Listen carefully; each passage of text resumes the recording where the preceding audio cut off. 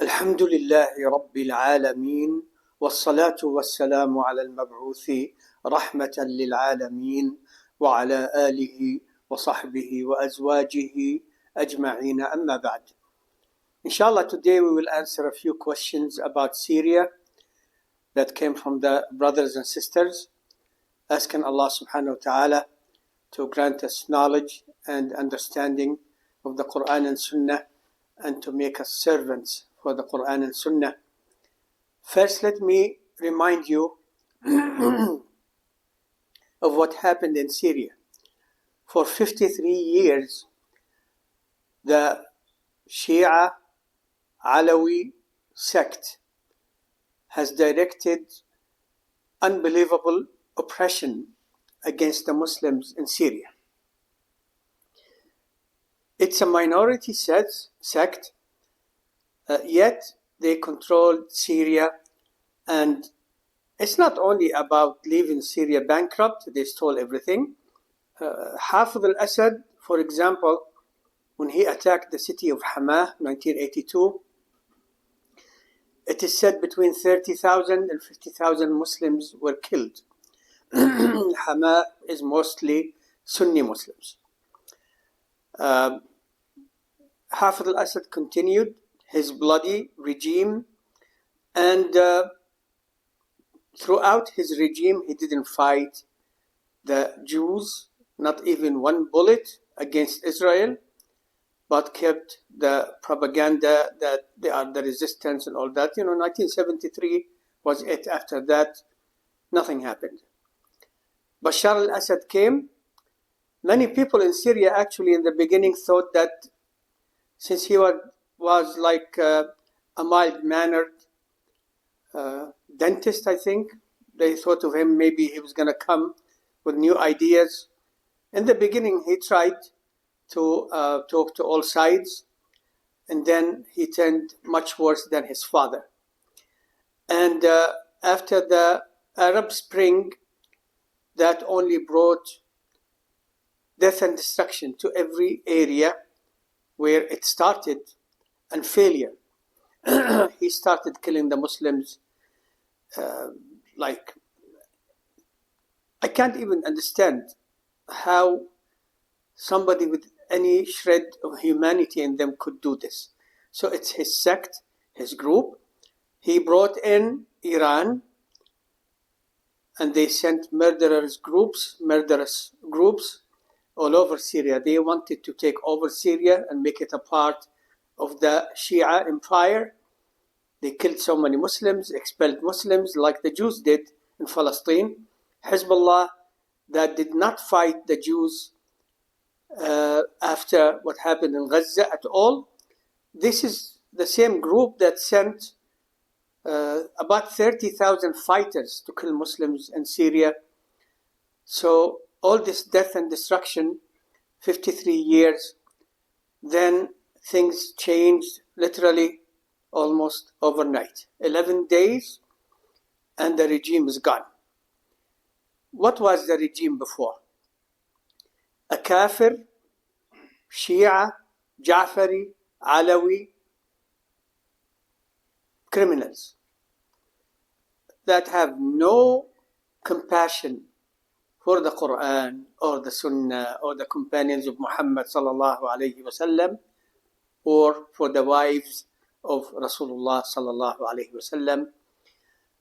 Grave worshippers, they invoke dead people, all kinds of things. And the Sufis, during the time of Bashar al-Assad, of course his father, they were living in a Sufi paradise, and I mean the extremist Sufis, with invoking dead people, going around graves, and all these sins that have reached the maximum with regards to destroying the religion of anyone.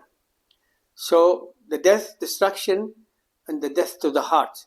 They caused the expulsion of more than 10 million Sunnis from Syria, and the death of between 500,000 to 1 million Muslims in Syria. So understand this and compare what's happening in Syria today to what happened for the past 53 years. And let's start with the first question. Sorry, asthma is bothering me still. Was Julani's decision to decide or declare Christmas as a national holiday for Syria an excessive decision? Even the previous government didn't do that, as far as I know, so I don't see any maslaha in this. Let me remind you, and this comes to me often, they keep mentioning the name of the leader. Don't forget, there are factions who he leads who took over Syria. He's not alone. He's not one man. They have factions there within their government.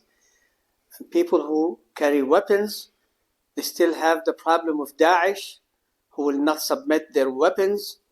And of course, they have the Kurds, who have their own areas and they have a lot of weapons. And within the government, they have factions. So he's not the only one who makes decisions. So you're asking me about Christmas. Absolutely. That's not a good decision. I reject it. I reject this decision. And I grew up in Kuwait, by the way. Let me mention Kuwait. I grew up in Kuwait. At the time of Christmas, they would give holidays, at least, to the Christians. And they will, we used to watch TV. All these Christmas movies and films and the Ten Commandments and all that stuff, they would show it to the general public. As far as I know, they still do that. So, can we extend the question also to Kuwait? Can we? I hope you don't go to Dubai during Christmas, because there you will have maybe the biggest Christmas tree since the time of anything Christmassy that came. Are you going to add the Emirates to that? So, to me, it is strange how Muslims either don't know about a certain aspect, they keep asking about it, they only choose one area to talk about it and leave the others. Yeah, it is a bad decision. As bad as his saying that the Shia are our brothers. No, they're not. He doesn't have to say these things. He can say that the Christians can have their holidays and practice their religion because that is an Islamic stance. I don't want to make this long, but I can dig into the time of the Sahaba. They can practice their religion, the Christians and Jews, but not to make it some kind of fitna for the rest of the country. Can he now force them not to have Christmas trees and the crosses and everywhere? I don't know. I was hoping he would, but maybe he can't. I'm not in his position. And he is in an unenvious position. Can't envy him, Of course, we don't do that. It's just a figure of speech. He is in a tough situation. So he could have used wisdom to reach the Christians in Syria, many of whom did not support al-Assad, that you can practice your religion. Put restrictions as we go on them, and we can mention the restrictions, same thing that happened during the time of the companions of Muhammad sallallahu alayhi wasallam, who conquered the Sham area, Egypt, Yemen, so many Christians. They were not forced to become Muslim. They did practice their religion with restrictions. That's another question for another time. So he shouldn't have said this about the Shia either, because the Shia are the enemies of Islam. But can he actually comes in government and starts attacking everybody and in this case, allowing Iran to come again to Syria to defend their Shia grave worshippers, maybe Hezbollah, to reconnect again with the people and come again. So he needs to use wisdom to not bring more enemies at this time. Can you quote me at this time? At this time. He can't fight everyone. And he's not the only one. As I told you, he is not one person. They have tens of thousands of people who brought down the government. It wasn't him alone. He's just the leader. But those factions, they have all kinds of ideas, and it's going to take time to teach them. I remember in the book Muhammad ibn Abdul Wahhab, the biography of Muhammad ibn Abdul Wahhab, I mentioned there the statement taken from Imam Muhammad ibn Abdul Wahhab by one of his grandchildren, where he said about people who practice similar type of bid'ah. He said these are ignorant people, we teach them. So the teaching has to come, and it has to be extensive. It takes a very long time, and I hope that those who are on the Sunnah, who are Syrian, who are outside Syria, go back and call to the Quran and Sunnah. This is your time. But those who are asking, compare to what was happening in Syria before and after. The death and destruction is almost into very minimum. And the expulsion of the Muslims is not happening again, not continuing. So many Muslims are coming back to Syria. They need time. And we will point out mistakes if they make mistakes, because we wish them the good. Those who are angry for what happened, and say you shouldn't have done this, really? Would you like to have Iran and Hezbollah and Assad controlling Syria still? What's wrong with you? What's wrong with you? What's wrong with you? Those who have filled the internet with this kind of garbage, are you sure this is what you want to go back to Allah by saying? Of course, the situation in Syria for Muslims can't be compared, but that doesn't mean we be fanatics. I am not a fanatic for or against anyone. Just like my Sheikh Al-Albani used to say, we follow the Quran and Sunnah with knowledge and go wherever the Quran and Sunnah go. So, when there is advice, we will say the advice. But those who fill the internet with attacks on the current regime in Syria, are you sure? Really? So you want the Shia back? And the Ja'faris? Can the new regime control all these sects and Sufis? I hope they can, but it's going to take time. It is going to take time. That's for sure. It is going to take time, and statements like this from the leadership is not going to be helpful. I hope they concentrate on teaching, and at the same time, slowly prevent all signs and symbols of shirk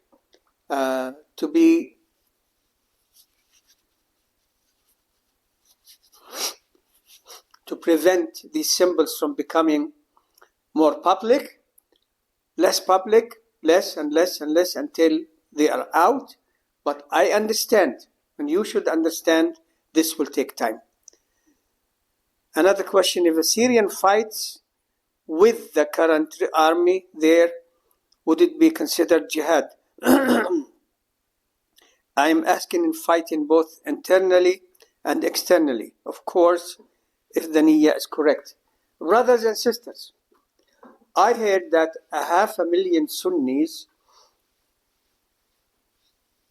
declared their intention to join the army in Syria. 500,000 registered. This is the number I heard from several people, by the way. 500,000. They don't need you, and don't think this way. My advice to you, brothers and sisters, help in many other ways, including donations, defending them in their absence by saying that they can't do anything all of a sudden and fight everyone in the world to bring back the kuffar and the Americans and the Russians and the Iranians and Hezbollah and the Russians who kept killing Muslims. They're still sitting there. They will not leave Syria. They can't fight everybody. At the same time, they need to take clear steps towards establishing the Quran and Sunnah. This is what we hope, and our support of them is contingent on this. They take this path, they have our support. And we will be patient because we know they can do everything immediately. Do not go to Syria or anywhere else to fight. They don't need you, period. Are most Kurds pro-Marxist? Listen, brothers and sisters, I haven't asked the Kurds there about this situation. We know that the PKK and those allied with them are Marxist. They are filthy Marxist. They insist on showing themselves with those women who act like tough men with no shame. They brought shame to the Kurdish people. What I know is that the Kurdish people I met, so many of them are on the Sunnah, and the Sunnis, the commoners, they pray, they fast, they're not communist. Just because that filthy group, the PKK, those murderers, they are enemies of Islam, and they have been murdering their own people. It's a tyranny. That they are in the front and the news keeps mentioning them doesn't mean the Kurdish people are like that. Kurdish people are Muslim. They pray, they fast. They have a lot of problems with the Arabs. And frankly, the Arabs for decades have been mistreating them. But they're Muslims. I know. I went to some masajid here in America for people who just came from Kurdistan, led them in salah, gave them khutbah, and some of them were crying. They are Muslims. So no need to exaggerate about this. We don't know. But the commoners, the Kurdish commoners, they can't fight these people. I mean, you know, Iran is fighting the Kurdish, groups, armed groups. They keep bombing them, but the media doesn't mention that. Iran keeps hitting them. Turkey has been hitting them and the civilians very hard for tens of years, and still they couldn't destroy them. You think the ordinary people in Kurdistan are able to remove them? So we ask Allah subhanahu wa ta'ala to remove this tyranny from our brothers and sisters in Kurdistan. The masses, the Muslims, they're Sunnis mostly. May Allah help them. And may Allah take away all these groups that are kafir in essence, kafir in practice, and they want kufr to spread. And they haven't done any good for the Kurdish people except invite all kind of destruction and raids and death. And the Kurdish people, just like the Palestinians, need the relief, just to relax. Brothers, this reminds me of, and sisters, reminds me of a Sheikh I met in Abu Dhabi from Kurdistan. During the time of Saddam Hussein,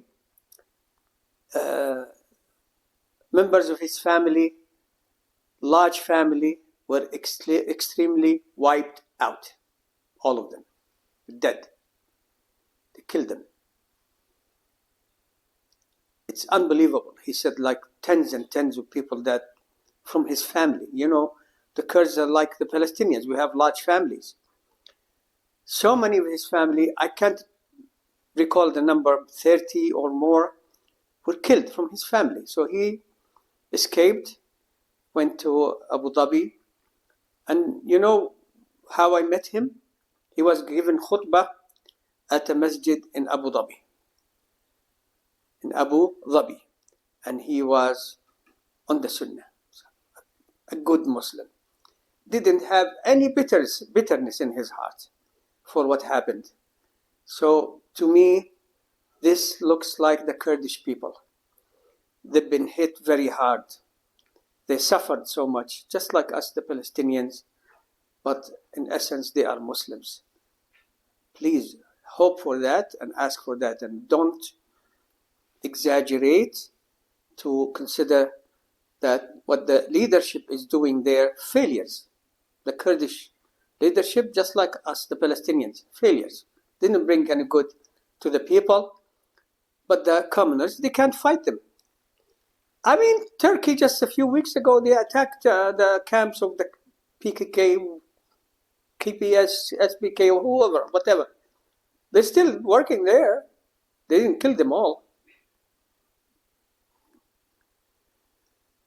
Would Syria be a good country to make hijrah to if things become safe and stable?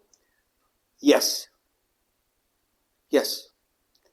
Just help by saying the truth and not allowing the people who, in their dreams, maybe they're acting like, some of them, they pretend to be Salafi.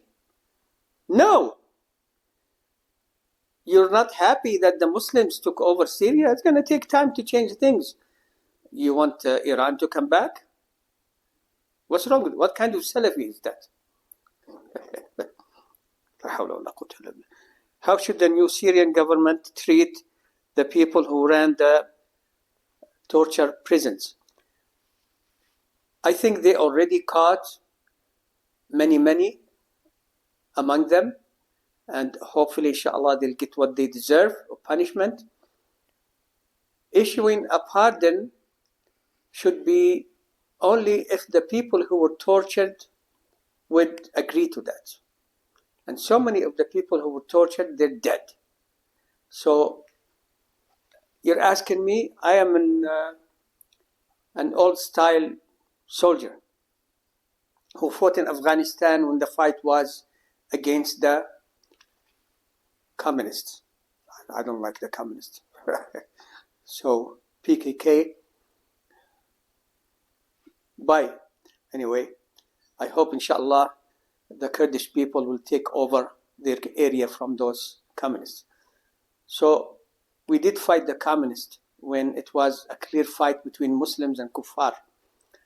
And I don't take lightly those who, when they have the chance, they kill Muslims, they torture Muslims, they do all these kinds of things, they kick Muslims out, they attack Muslims. They should be punished. They should be punished and caught systematically. And I think there is evidence they are doing that, but they're not bringing the media in, so that when they're very weak still very weak there in Syria, we hope inshallah they will remain, and that more Sunni people will come whose heart is towards the Quran and Sunnah and become prominent, in that country. But they're doing that, but they're trying to stay away from the media, so the media doesn't bring more and more and more fitna and excuses to come and interfere in Syria. We need to be patient, brothers and sisters. I was thinking of moving to the city of Halab years ago. I told my family, if Assad goes away and the Alawis, I still have this, because Halab is such a beautiful city. The Syrians have so much talent, so many good Muslims. And I hope the Syrians who are overseas, they're coming back, inshallah, with their experiences they gained, with, businesses, money, because compare This is the summary. Compare to what used to happen with regards to the religion, to the creed, to the practices, to the safety, lives, money, wealth of Muslims before, and what's happening now. And my advice, if I can meet the leader there somehow, I would tell him, إن تنصروا الله ينصركم. If you give victory and aid to Allah's religion, Allah will give you victory and will make you victorious above the kuffar. So while you should be slowly working your way and using wisdom, but the goal has to be to bring the Quran and Sunnah. We don't need another, I don't want to say atheist, secularist country. The Arab world is full up to here with that. We don't need anymore. So they need to look around them and see. And this is the last statement I make to the leaders of Syria. Look how Allah gave you victory in 11 days after 53 years of maximum tyranny that anyone can direct at any Muslim population anywhere in the world. Thank Allah for that. And to thank Allah, we need to be on the side of Allah, His book, and the Sunnah of His Rasul sallallahu alayhi wasallam. Brothers and sisters, be patient. Be patient. Be patient. I mean, so many of those people who are attacking the new government now, they have been patient when Iran and Hezbollah and the Alawis were killing the Muslims. Now they're impatient. What did you do during that time? What? I can't hear you. What did you do? Now you become active and mashallah. No. In fact, I ask Allah subhanahu wa ta'ala to make Syria another foundation and cornerstone for the Sunni Muslims in all of that area. Because when that happens, it will help us, the Palestinians. So many times in history, the Muslims of Syria supported the Muslims in Palestine from the Crusades, and after that, we need that. So don't be just a critic. At the same time, there is something true to say it. Because the truth always helps. I ask Allah subhanahu wa ta'ala to give us knowledge in the religion, make us among the righteous. Walhamdulillahi Rabbil Alameen.